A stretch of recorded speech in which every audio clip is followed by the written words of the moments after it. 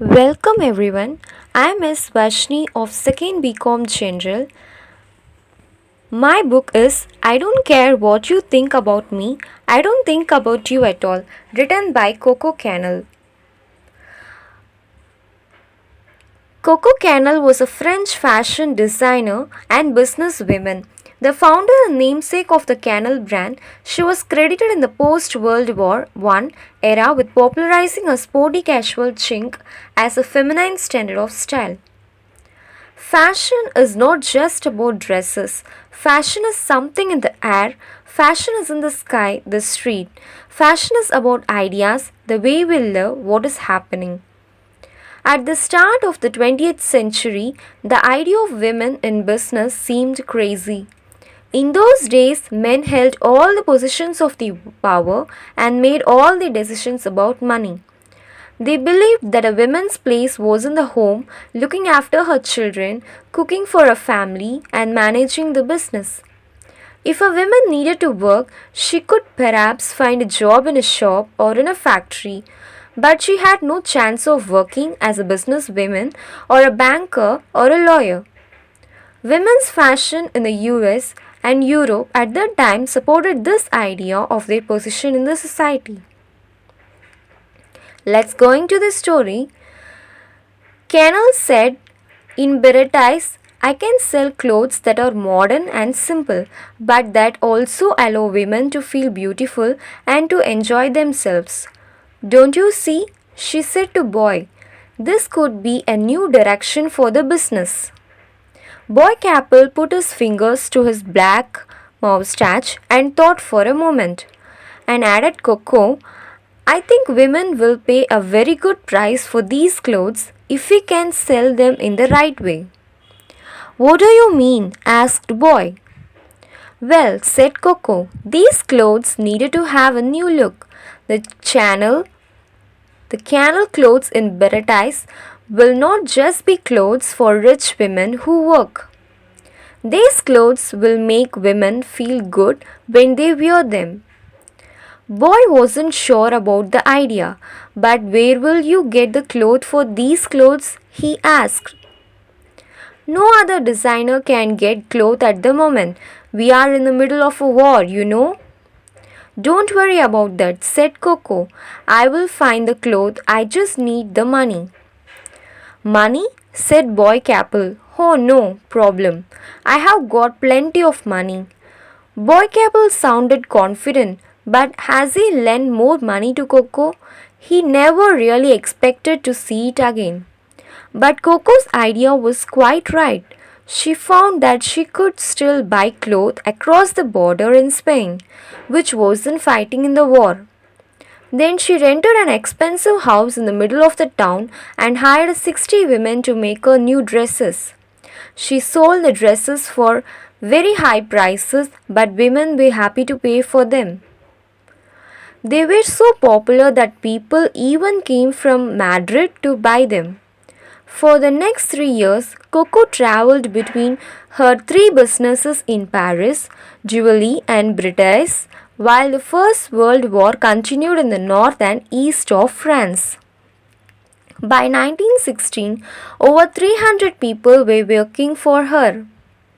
Through the winter of 1939 and into 1940, the French people waited and worried.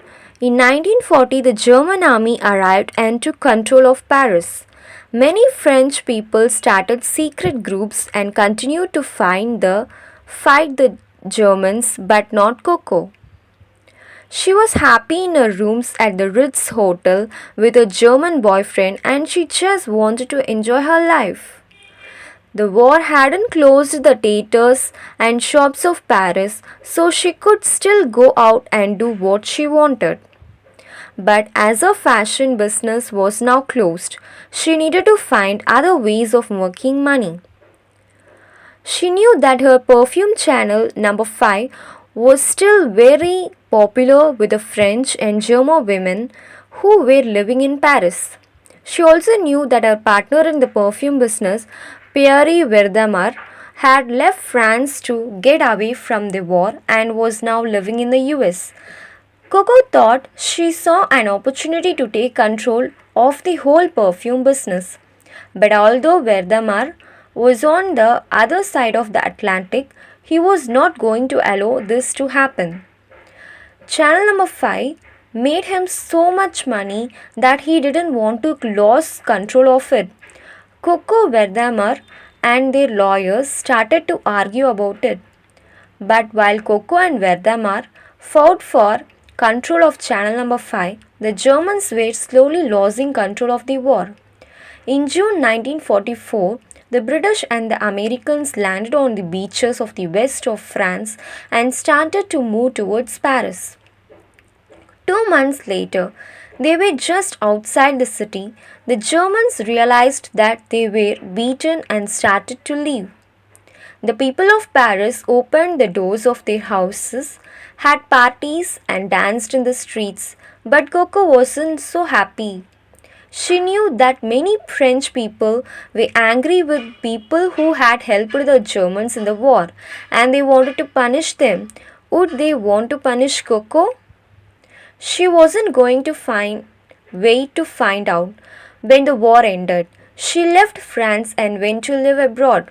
For most of the next 8 years, Coco lived quietly in Switzerland. She soon found out that she was so rich and she didn't need to work.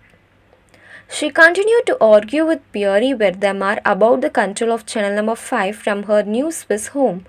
But when he returned to France after the war, they found a way to solve their problems. Verdamar kept control of the perfume business, but he argued to pay Coco 2% of the money from sales of the perfume around the world. This means that Coco was now earning around $1 million of a year and she didn't even have to get out of bed in the morning. As the years passed, some people still remember the beautiful camel clothes from the years before the war, but they soon forgot the rich old lady who had designed them.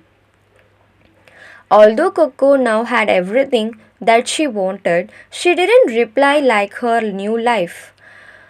She had loved her work and now she missed the world of fashion and she still read fashion magazines and looked carefully at the new designs.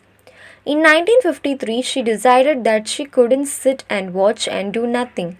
She had to return to the fashion business. She returned to Paris and started to design new clothes for a fashion show the next year. Many people thought she was crazy. What does a 70-year-old woman know about modern fashions? They asked. Doesn't she know that times have changed? But Coco didn't listen and on 5 February 1954, she introduced her new designs at a fashion show in Paris. The show was a disaster. The newspapers said that they were clothes for old ladies and country people. Coco was upset and angry that her design had been criticized so strongly. These people just don't understand, she said. It's true that I'm old, but I'm still one of the greatest designers in the world. I changed women's fashion once and I know I can change it again. I will show them. So Coco didn't return to Switzerland and she didn't stop working. The next year, she produced some different designs for another fashion show, and this time many people liked them. The new year after that, there was another new show, and more people started to admire her clothes. By the end of the 1950s, she was again one of the most important fashion designers in the world. During the 1960s, rich and beautiful women from all over the world visited Coco's offices to ask for advice and to buy new suits and skirts and dresses. So, now the conclusion is never give up your passion and never give up for anyone. Trust your passion and live for your passion. Give hard work and achieve all what you want. Thank you.